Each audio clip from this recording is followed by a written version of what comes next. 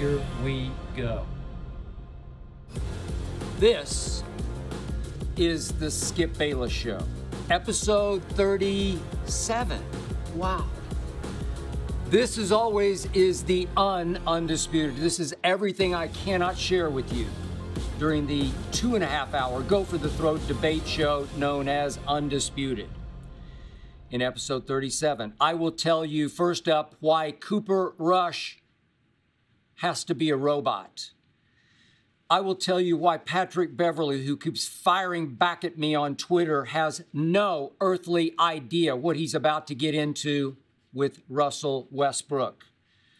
I'm going to answer a bunch of your great questions, probing, provocative questions. I appreciate and thank you for all of the above, but I'm going to answer them on whether I order Diet Mountain Dew when I go to restaurants, on what I consider the greatest football movie ever, on how I rank the 8 cities, 8, count them, that I have lived in, and finally, on whether I would start my team with Jalen Hurts or Dak Prescott. Tough question, believe it or not.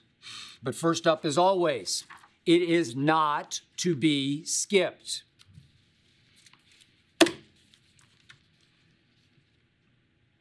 I have never seen anything like Cooper Rush. Never, ever, ever seen anything like Cooper Rush. The national media is confounded by Cooper Rush because, number one, just about everybody in the national media said Dallas is dead when Dak got hurt near the end of that opening night stinker against Tom Brady and the Buccaneers. And number two, because in this internet age of splash and sizzle that we live in, of wow and pow and IG and TikTok, everything about Cooper Rush is so astonishingly, maddeningly ordinary. He cannot be doing what he keeps doing, but he is. He is the biggest story in the National Football League so far this season. Yet, the harder you look, the less you see. There's no there when it comes to Cooper Rush. Media's tried to nickname him. I tried Red Rocket early on, Super Duper Cooper. I've heard Rush Hour. No nickname sticks because there's nothing to stick to. Cooper Rush has little to no personality. He has no edge. He wears no emotions on his sleeves. There's no Tom Brady, let's go! There's no fist throwing. There's really not much at all there. There's no heartwarming backstory. There's no mission to get even, prove everybody wrong. You hear none of the above. Rush Hour just doesn't work because the last thing Cooper Rush is in a rush.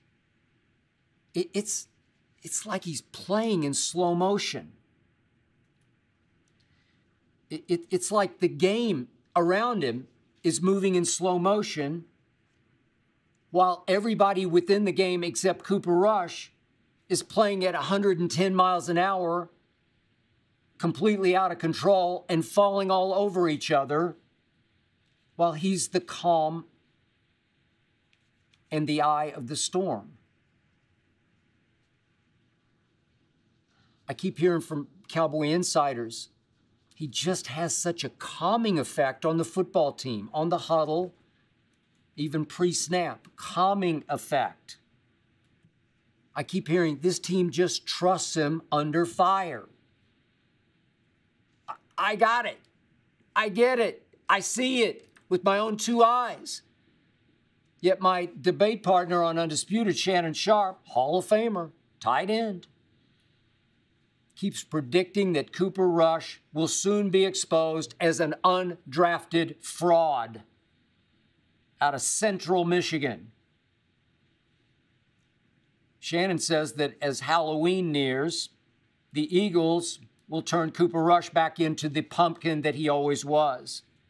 He's a J-A-G, Jag. Bill Parcells called just another guy. Now Shannon started to call him the intern, and his internship will soon end. Shannon Sharpe gives Cooper Rush 5% of the credit for my Cowboys ripping off 4 straight wins, coming back from the 0-1 dead without Dak Prescott. Who knew?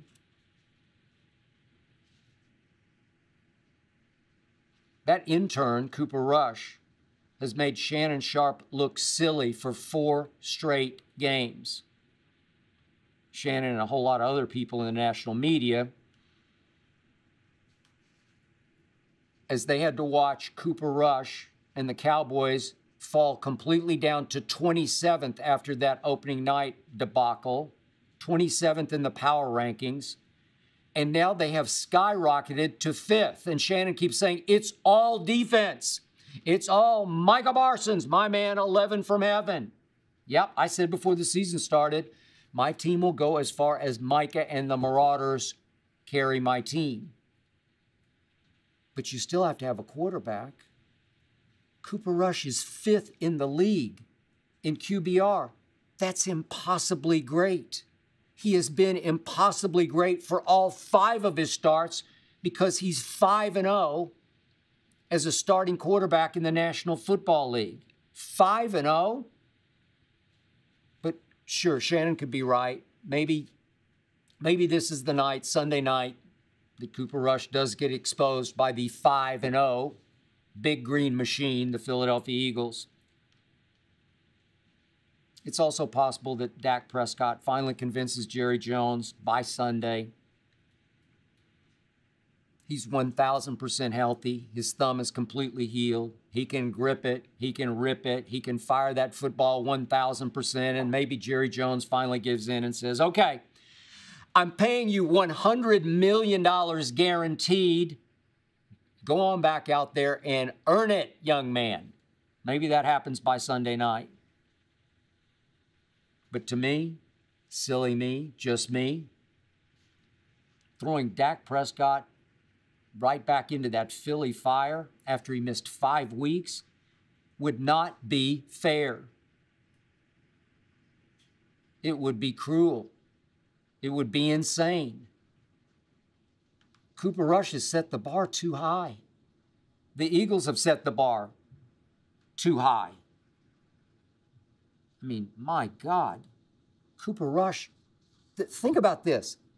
He's beaten last year's 2 Super Bowl opponents, the Bengals and the Rams, and he won at the Giants, who are now 4-1. I mean, to me, that's pretty great. And to me, Cooper Rush has earned the right to undergo one more reality check, this time at Philly.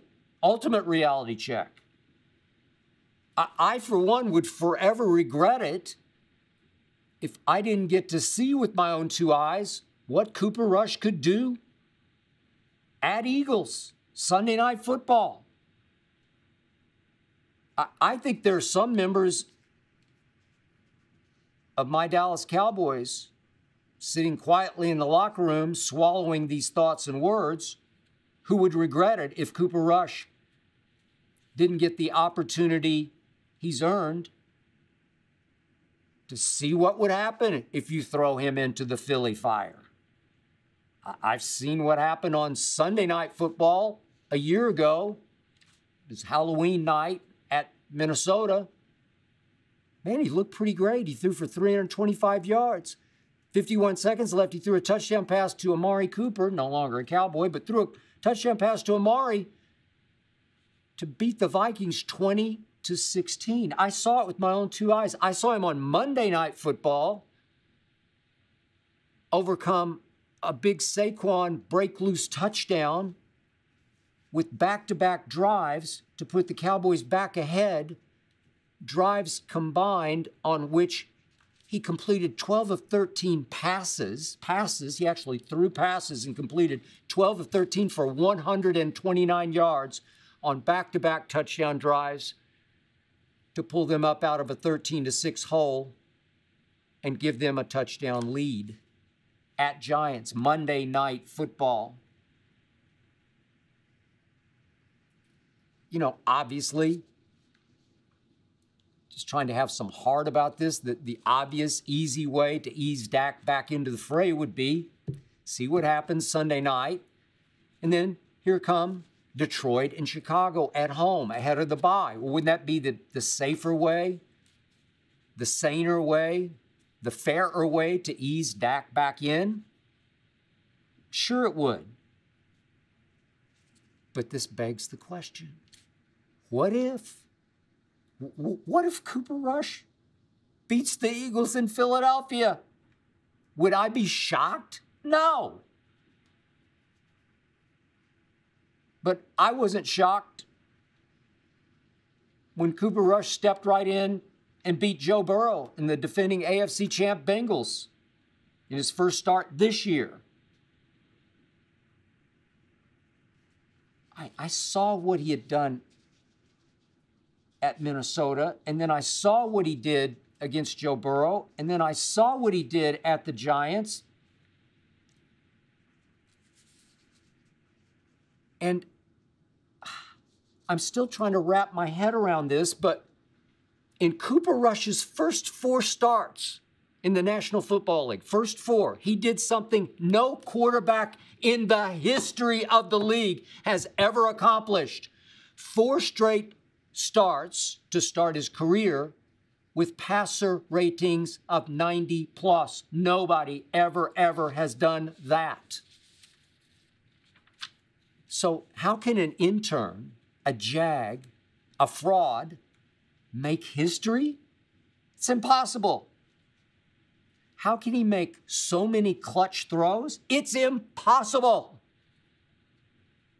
So last night it hit me. You know how Jerry Jones always says, you wouldn't believe the size of the check I would write to win another Super Bowl. There's this thing called the salary cap, but what if you operated outside of the salary cap?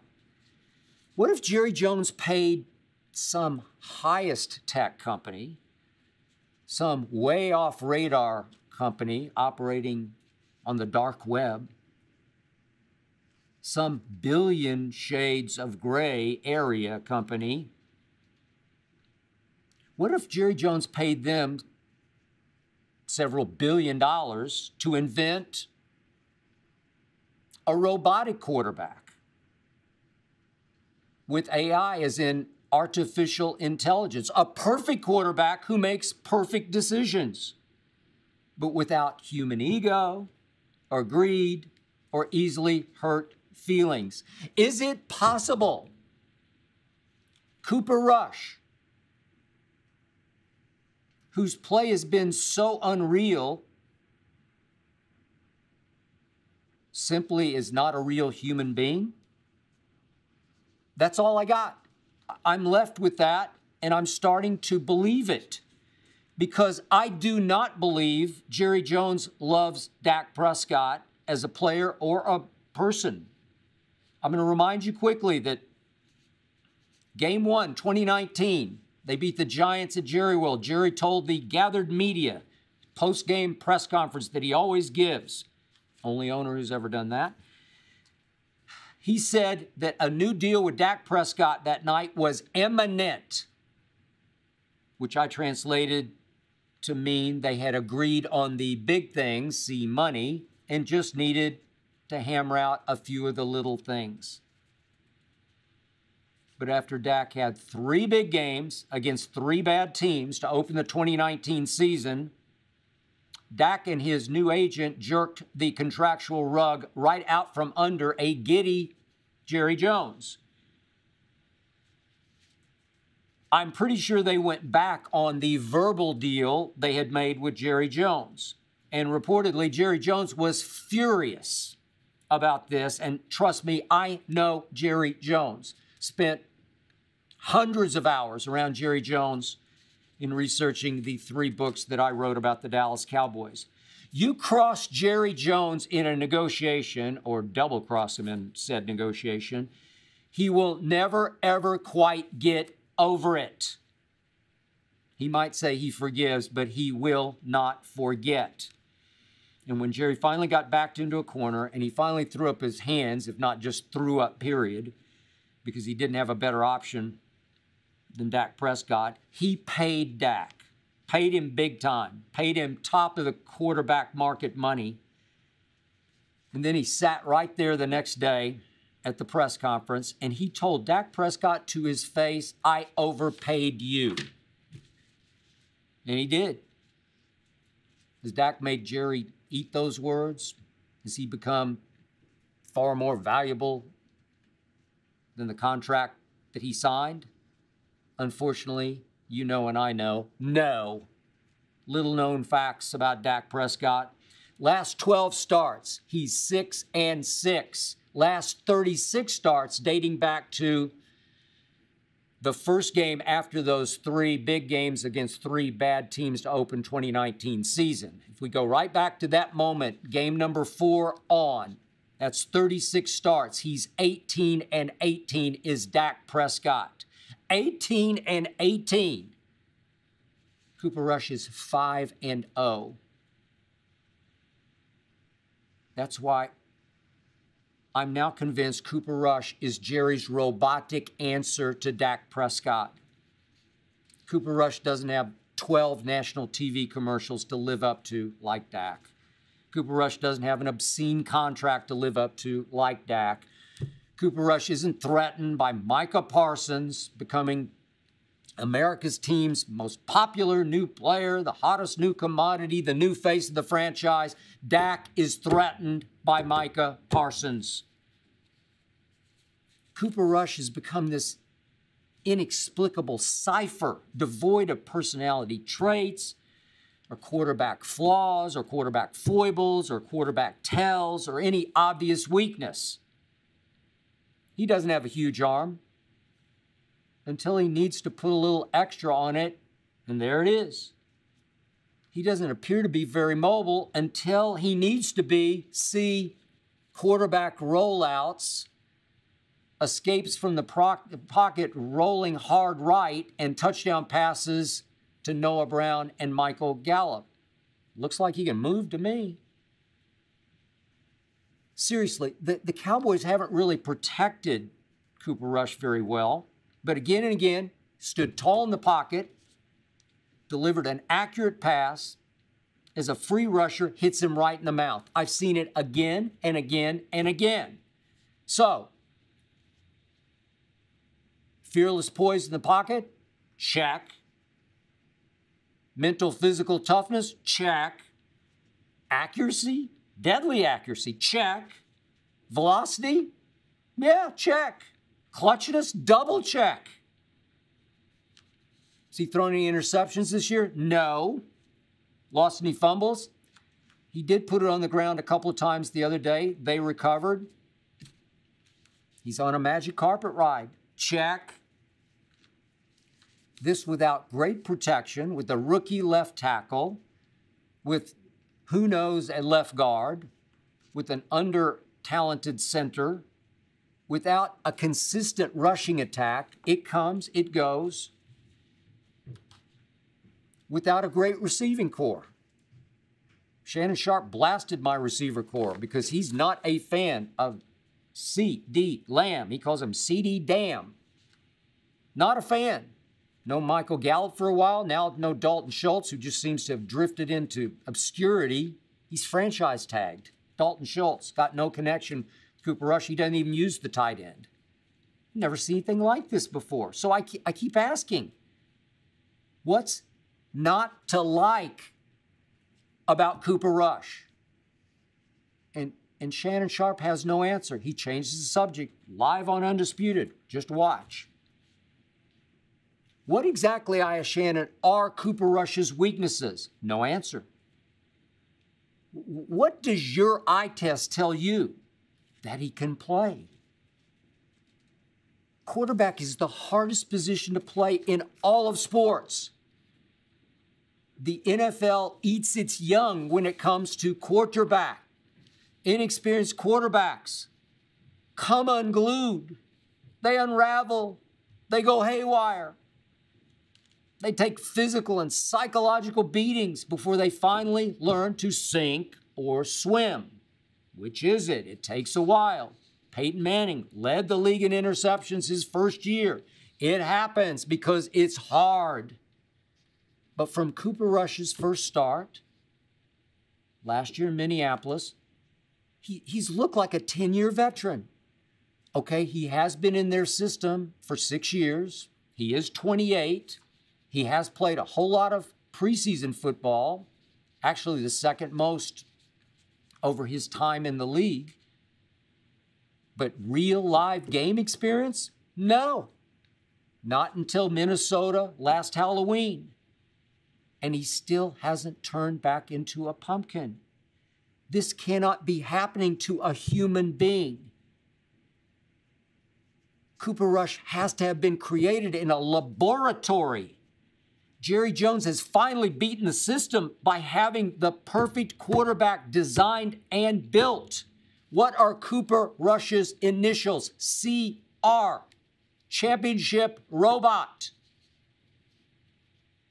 Cooper Rush doesn't care how many passes he throws. Dak sure does. Cooper Rush has no reputation to uphold. Dak sure does. Have you ever seen Cooper Rush check out of a run play to throw the football? I have not a single time. I've seen him constantly kill. Check out of a pass play to a run play, but never the other way around. And yet that run game has been spotty at best. It's incredible what's happening right before your very eyes. All Cooper Rush cares about is doing exactly what's necessary on offense to win the football game. No more, no less.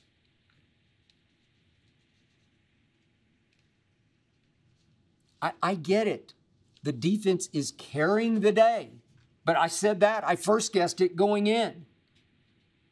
But the NFL, in the end, is a quarterback's game. It belongs to the starting quarterback. You cannot win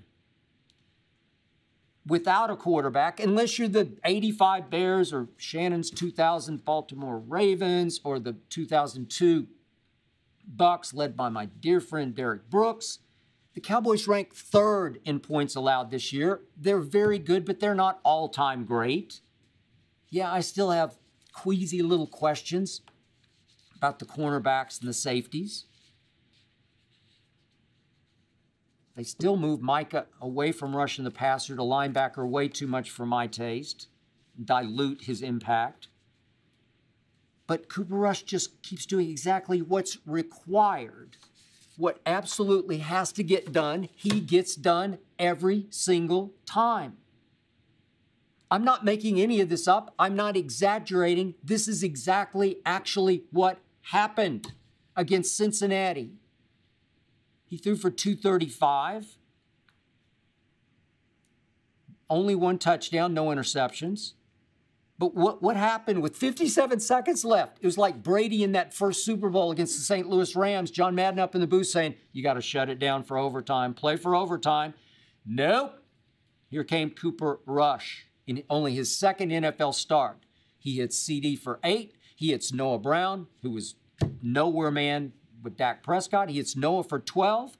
He hits CD for 10. And all of a sudden, they got a walk-off field goal. Clutch, more clutch. At New York, Saquon broke loose for that touchdown. All of a sudden, it's 13-6. And here he comes. The answer man is what I call Cooper Rush. He answers 75 yards in 9 plays, 89 yards in 11 plays, and all of a sudden, it's 20-13 Dallas. He answered. Washington goes ahead 7-6 at Jerry World. I know it's just Washington, but Cooper Rush immediately answered. 75 yards in 15 plays. He converts a 3rd and 8 from the Dallas 35 with a 15-yarder to Michael Gallup, and then 3rd and 6 from the 9-yard line. These are big plays and a tight game. He hit that rollout pass to Gallup for 9 yards and a touchdown. All of a sudden, it's 12-7 Dallas, and they don't look back. And then came the Rams game. And all of a sudden, the national media, led by Shannon Sharp, said, aha, see, I told you so. He's a fraud. He's an interloper. He's an intern. He's a jag. See, he only threw for 102 yards. And my answer is, what was necessary? Sack fumble? Scoop and score? Block punt? Easy field goal? All of a sudden, it's 9-0 Dallas. What did he need to do? He only threw 16 passes in the game, completed 10 with 2 huge drops on big third down plays by CeeDee Lamb and Michael Gallup. Huge drops. 12 of 16 for 140 might look a little better, right? Did he turn the ball? He did not turn the ball over one time. Did he make a big throw down the boundary, the right sideline to Michael Gallup, 27 yards, a thing of beauty, dropping it right down the chin? Yes, he did do that. But I loved it because the Cowboys won handily, mostly because of their defense, in part because Tony Pollard finally broke loose, broke 4 tackles, scored from 56 yards away. I get all that. But the Cowboys were 5 of 15 on third down. That should have been 7 of 15. Trust me, that's extraordinary. That will work. That's how you win football games. Yet this, for me, was another camouflage game because all of a sudden, the national media said, ha, we got you. He's done. He's exposed. The national media is now once again sleeping on Cooper Rush as if they're sleeping in one of Dak Prescott's sleep number beds. I love this. Never seen anything like this. As a lifelong diehard Cowboy fan, Dak Prescott has worn me out. I have tried so hard to love him, and he will not let me. He has blindsided me with mediocrity. He has left me dazed and confused so many times. Do you remember Dak on opening night? 14 of 29 for 134, a QBR of 19.5, that scale of 0 to 100. That's pathetic. He scored 3 points and lost 19-3 before he went out late with the busted thumb. Look, this is all I know for sure. Cooper Rush, obviously, clearly, blatantly gives my Dallas Cowboys a better chance to win at Philadelphia than Dak Prescott could or will. Something very weird is going on here, some kind of mystical mojo. I do believe that Cooper Rush has AI as in artificial intelligence. Cooper Rush might just be the best AI in Philly since AI is in Allen Iverson. But please, please, please don't tell anybody I told you any of this. Please don't breathe a single word of what I just told you. Let them sleep in their sleep number beds. It's Cooper, hush, hush, hush about Rush. Time for a question from you, from Darius, from LA. Do you order Diet Mountain Dew when you go to restaurants? Funny question, Darius, but no, I do not. Even though I do call Dew, my Diet Dew, the breakfast of champions, the nectar of the gods, I limit myself to just 1 Dew per day, just for the caffeine jolt. And frankly, just because I'm sorry, forgive me, sue me, I love the taste of Diet Dew. It's my one vice. Do I think it's great for me? Obviously not. Would I recommend you drink 10 a day? No, I would not. But as my wife Ernestine always says to me and about me, I am a creature of habit. Every morning at 4:15, I'm sitting in my dressing room right here on the Fox lot, on the phone with our Undisputed producer, Tyler Korn, putting the show together. At precisely 4:15, I open up a lean body protein shake with 40 grams of protein. I used to do Metrex RTD 51s, as I've said before, but they're getting harder and harder to find, and I don't know why. So it's lean body, 40 grams. And I do eat one cinnamon raisin or blueberry bagel. Remember, I just ran for an hour on the treadmill. I need some carbs, and I love bagels. Just one a day. About 4:30 a.m., when I finish my shake and my bagel, I unscrew the top of one 20-ounce bottle of Diet Dew. No cans for me. Doesn't have the same taste. And when I finish, I am rocket fueled for Undisputed.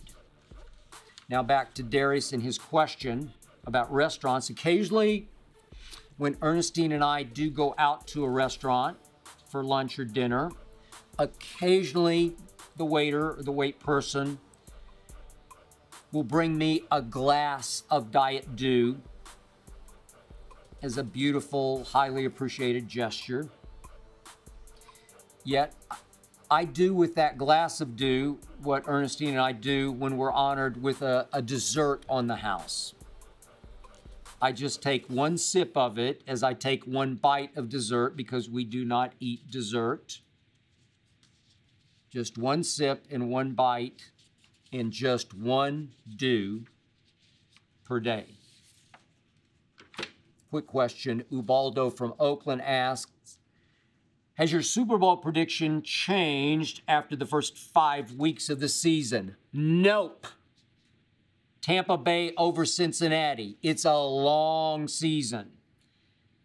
They call me Never Flip Skip for a reason. I will hang tough. And another question from the audience, from Jackson from Dallas, Texas. What is the greatest football movie of all time? That's a great question. But Jackson, you're probably asking the wrong guy, the worst guy you could ask this question to. I generally just don't love sports movies because they get so maudlin, so sappy, so predictable, so fairy tale-ish, so cartoonish. I'm sorry, but I prefer the real life sports drama I get to watch unfold live on my TV on a nightly basis. I don't need sports movies, especially football movies, because I love me some National Football League. It routinely provides me the realest real thing.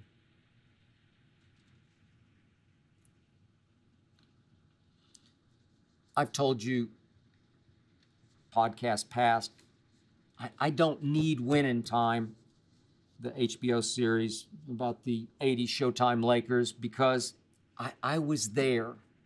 I covered it. I lived through it. I absorbed it from the inside out. I just don't need it. It doesn't get me anywhere. I don't look forward to it because I know it better than they are showing me. When it comes to, let's say, baseball movies, great baseball, there's so many.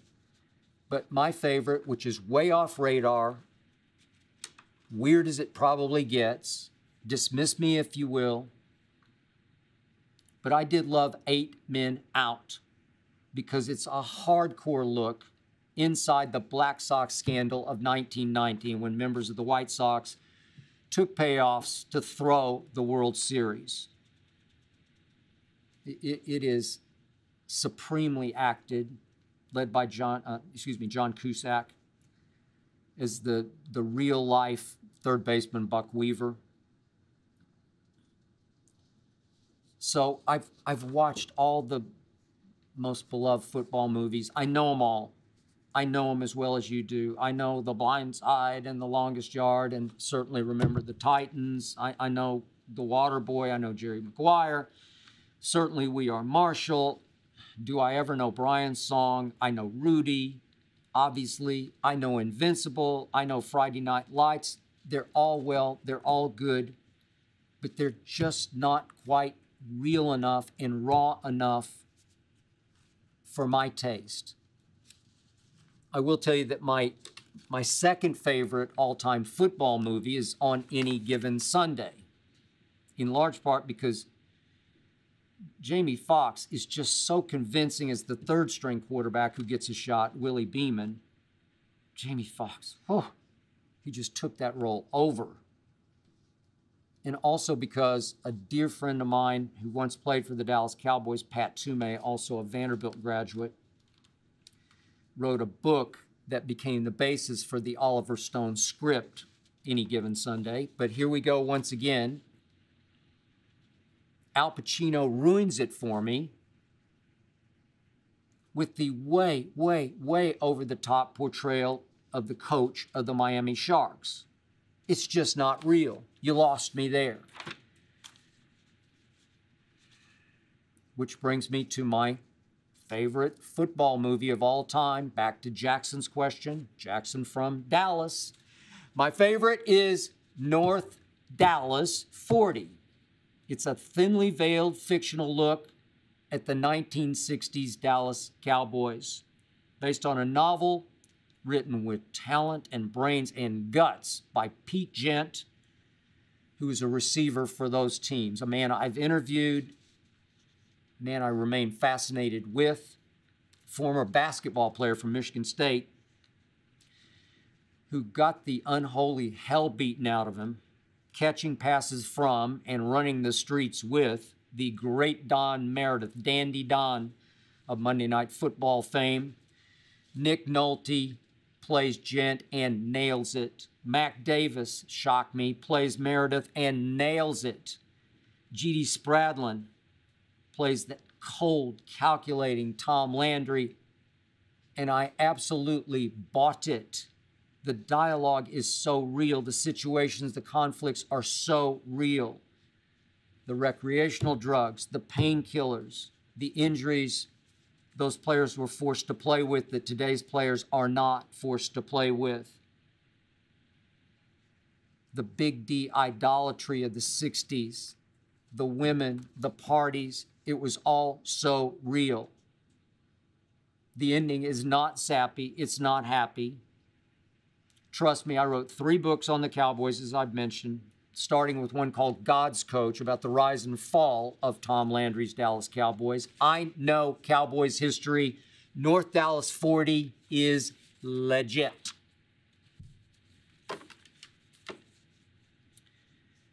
So speaking of Dallas, it just occurred to me on the fly that after I scripted out an answer to the next question, I actually left Dallas off the list. So I'm going to have to, on the fly, put Dallas back on the list to answer Jordy's question. Jordy from Columbus, Ohio.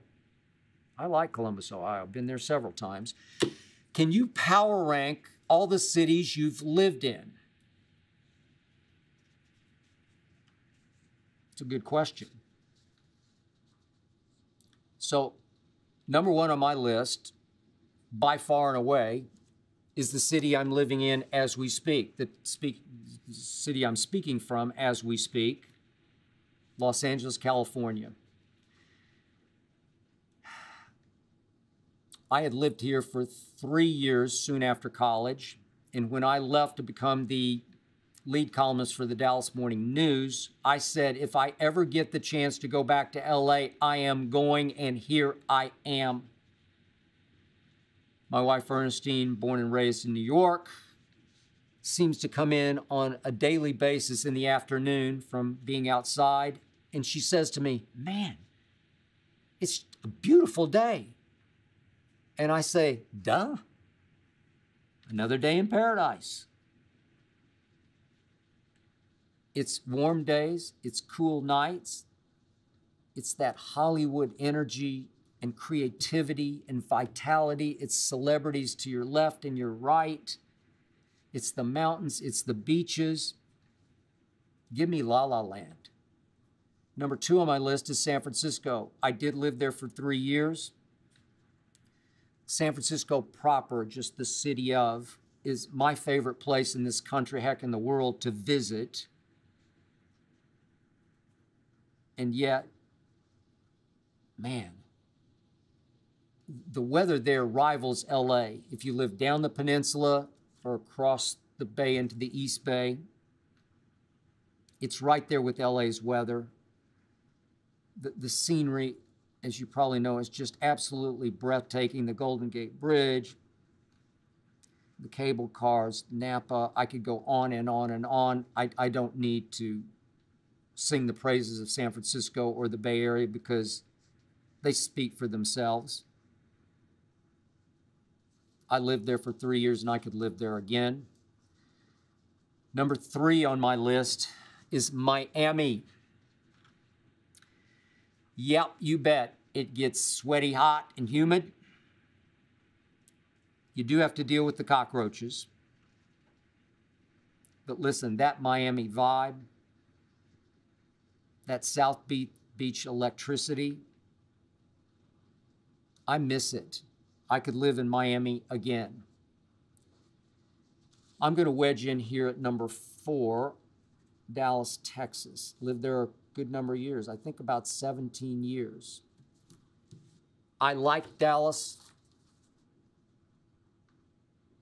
but I can't say I loved it. I grew up in Oklahoma City, which considers itself a smaller Dallas. But I had some great relationships in Dallas. I had some great times in Dallas. And yet,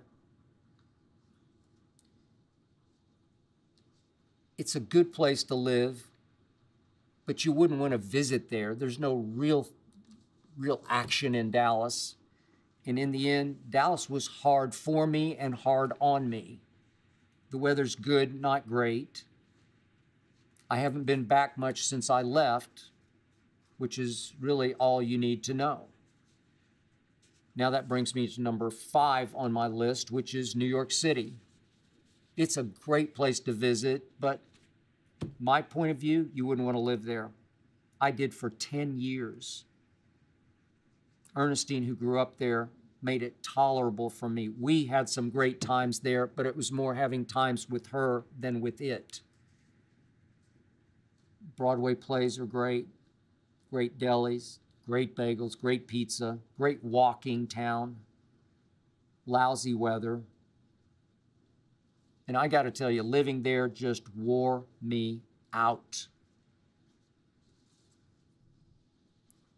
Number 7 on my list is my hometown of Oklahoma City. I did grow up there. My closest friends live there. I survived my childhood there. I got out of there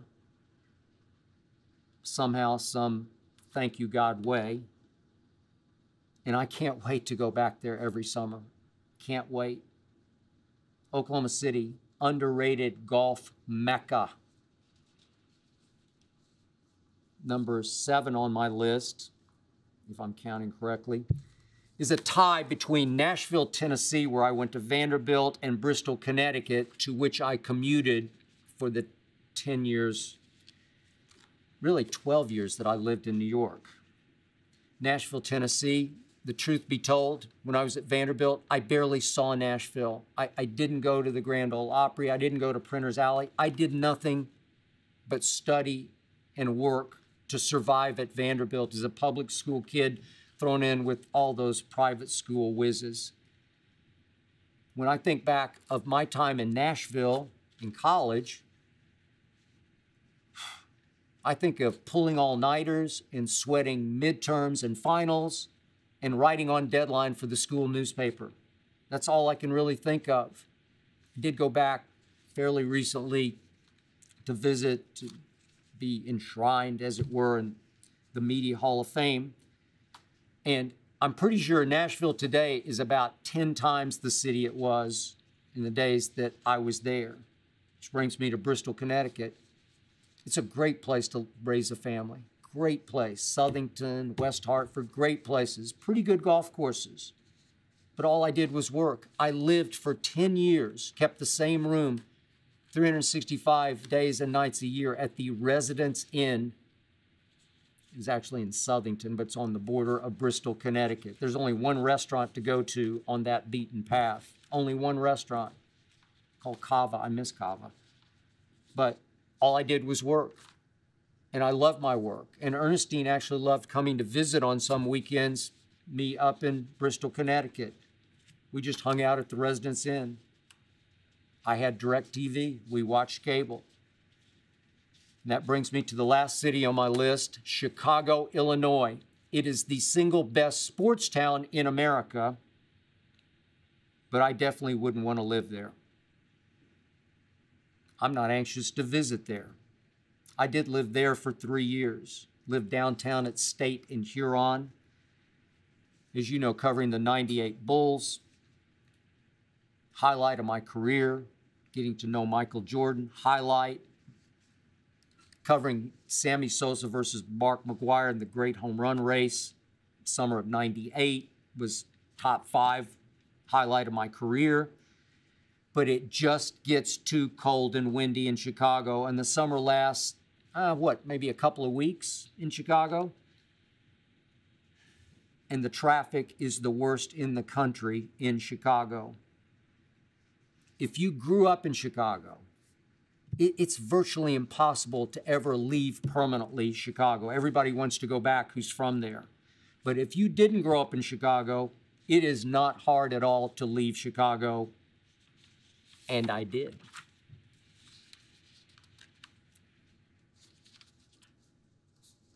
Allow me to go deep into Patrick Beverly versus Russell Westbrook and how it will impact one LeBron James. On October 6th, I tweeted Russell Westbrook, parentheses, who isn't playing, close parentheses, is sitting in street clothes about halfway down the Lakers bench. LeBron, AD, and Pat Bev, parentheses, who aren't playing, close parentheses, are sitting together in street clothes at the far end of the bench. Says it all. Pat Bev fired back at me on Twitter. No, it doesn't say it all. No, it doesn't, said Pat Bev. Stop searching, Skip. Sheesh. And just for the record, back on September 6th, I tweeted, Pat Bev will do everything in his professional power to make it work with Russ. But despite the show Westbrook put on today, as Pat Bev was introduced to the media, he will once again be Pat Bev's worst enemy if Pat Bev starts taking Russ's minutes. Russ is about Russ, not winning. A day later, September 7th, Pat Bev responded to me on Twitter, "Nah, Skip, I have a good feeling about this." Praying hands emoji.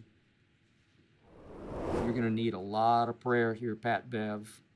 Dear Pat Bev, you know that I know that you know that I know that you know Russell Westbrook will not be your new best friend, will not blend in beautifully with you and LeBron and AD, that he ultimately will be an unfittable fit for your new team, the Los Angeles Lakers. Now, please understand, I am the biggest Pat Bev fan. I thought he was the perfect pickup for a LeBron team that, of course, went 33-49 last year and missed the play-in tournament. That Lakers team lost its swagger. It became lifeless. It became dead-headed on defense especially. Just rolled over and played dead way too much of the time. Pat Bev will bring some new edge, some tenacity, some attitude, some fearless, instigating trash talk that this team sorely missed last year. Plus, I got to tell you, Pat Bev, for all his barking, he's got some bite. I just think he's a good basketball player. Not a great one, but a good one. High IQ playmaker, pretty good three-point shooter, pretty clutch from distance. So here's the truth. Right now, Patrick Beverly is a more valuable basketball player than Russell Westbrook. I'm going to say it again. Right now, Patrick Beverly is a more valuable basketball player than Russell Westbrook is right now. The main reason Pat Bev is such a sweet little pickup is because he can play a lot of the minutes that were wasted on Russell Westbrook last season. Obviously, Russell led the NBA in turnovers per game until the last 3 when he sat. Trae Young passed him.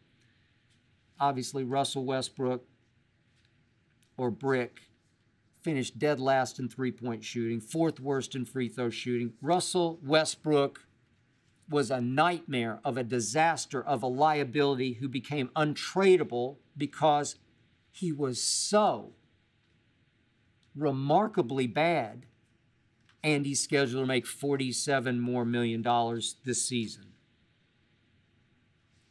Russ also burned his bridge with LeBron and AD by blasting both of them in his exit interview at the end of last season.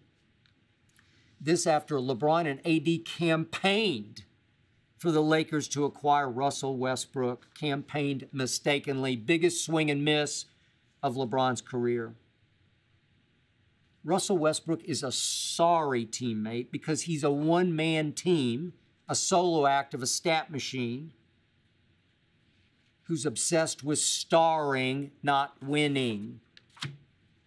Triple-double waiting to happen, and who cares? Doesn't get you anywhere, but often beaten. Man, I am shocked LeBron could not see through that. As he actually recruited Russell Westbrook. How could you not know, LeBron? So disappointed in you, high IQ that you are.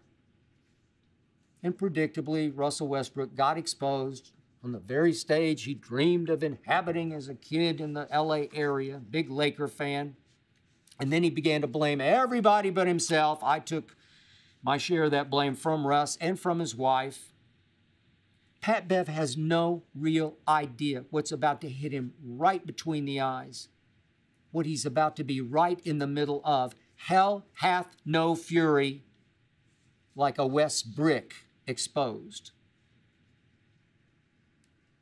Of course, you know all this. Pat Bev had years and years of coagulating, strangulating bad blood. But please understand this about Pat Bev. All of his taunting and irritating and instigating and tormenting, they're all part of his professional repertoire, part of his toolbox. It is not personal with Pat. It's just a big part of how Pat Bev made it out of the west side of Chicago and made it through pro leagues in Ukraine and Russia and Greece, made it to and then made a name for himself in the National Basketball Association. I honor that. I'm in awe of what Pat Bev has created, in part because of his instigating and tormenting and discombobulating of opponents. Yeah, he does live in a gray area occasionally. I don't like it that he shoved down Chris Paul after Chris Paul had shot the Clippers right in the heart in that Game 6 closeout game at Staples a couple of years back. And Pat Bev did try to snake the ball from Westbrook as he had it under his arm, trying to call timeout. Unwritten rule, leave him alone, leave it be. And that contact tore cartilage in Russ's knee, cost him the rest of those playoffs, required 2 surgeries because the tear was so deep and so bad. And who knows, maybe it took a year or 2 off the end of Russ's career.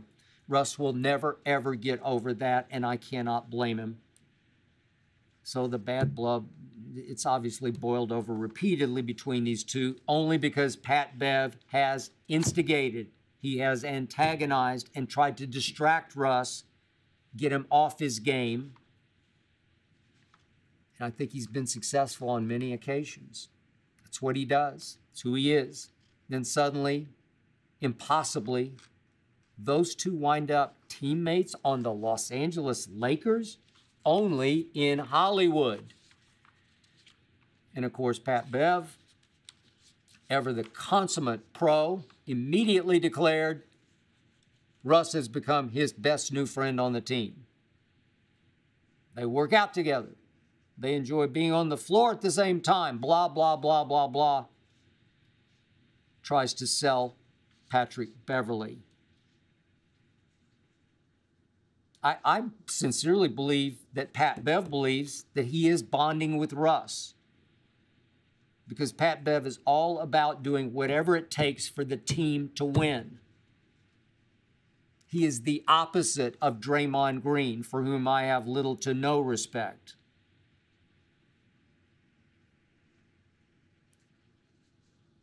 Pat Bev is never going to attack a teammate. Everything in Pat Bev's repertoire is aimed at opponents.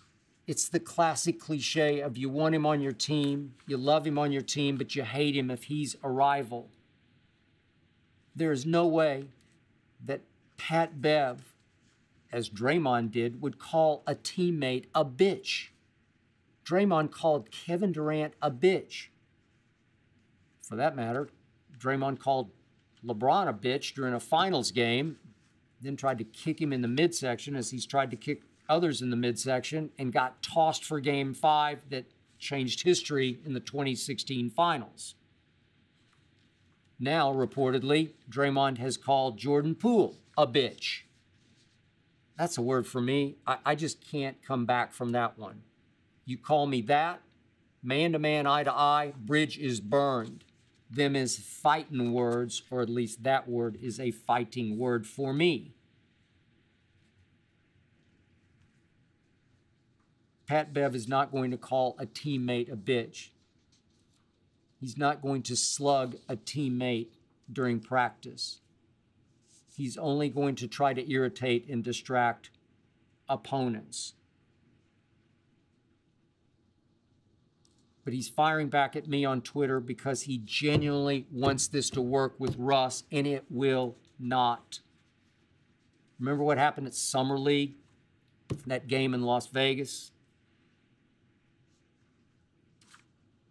Russ shows up, sits on the bench in street clothes, is coaching all the young players on the floor and during timeout huddles, and there LeBron shows up down at the end of the floor and is holding court, the king in his court. I think it's up to Russ to mosey down, pay his respects, just say hi to Bron. Nope, nothing. Cold-blooded. Russ wants no part of LeBron. Then the other night, as I tweeted, the new big three, LeBron, AD, LeBron, AD, and Pat Bev sitting street clothes at the end of the bench. Russ is sitting in the middle of the bench. And really, that's how it should look, because I think Pat Bev is the newest member of the new big three. Pat Bev belonged with LeBron and AD at the end of the bench. Russ is at quiet war with this team. Russ has ostracized himself from this team. Russ does not want to sit with LeBron or AD. I advocated through the whole offseason, just pay him and send him home, addition by subtraction. Jeannie Buss is not going to do that. She's not going to swallow her pride and swallow $47 million. Her father would not have done that, and she won't either. So the whole goal of the offseason to me became reducing Russ's minutes and his negative impact on the team. So they added Patrick Beverly, great. Dennis Schroeder, great. Kendrick Nunn is finally healthy, great. Austin Reeves, high IQ, higher and higher minutes. I think LeBron loves playing with him and around him and off him. Okay. reduce Russ's minutes. As the season wears on, Russ isn't going to be wearing street clothes on the bench. He's going to be wearing his uniform on the bench as he sits and watches the team play. Pat Bev will be playing more and more of Russ's minutes, deeper and deeper into games. No, or nah, Pat. Ain't going to work. Pretty soon, Pat, you're going to have to use one new word as a response to your disintegrating relationship with Russell Westbrook, and that word is sheesh. Last question. Marlon from Tampa, Florida asks, would you rather start your franchise with Jalen Hurts or Dak Prescott at quarterback? Man, got to think about that. Right now, I would lean slightly, but only slightly, to Dak, just because Dak is still a little better thrower of the football than Jalen is, though Jalen has improved markedly and dramatically. But I got to tell you, Jalen Hurts has stronger intangibles than Dak. Better leader, gamer, baller, playmaker, heartbeat of those Eagles in ways Dak has never been the heartbeat of my Cowboys. I will not be surprised if Jalen Hurts eventually surpasses Dak in overall value. Incredibly,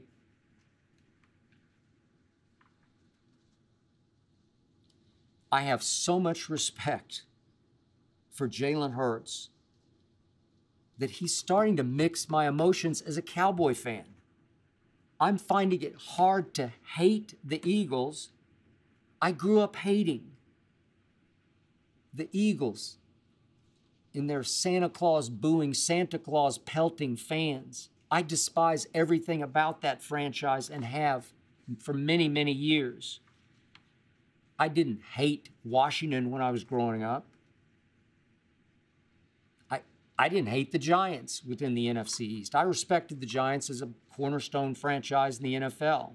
I just hated the Eagles. And it all started when my mom and dad, for some reason, attended an Eagles preseason game that was played. I grew up in Oklahoma City, but it was played at the University of Oklahoma, Owen Field. I was 7 years old. My mom was so proud of herself.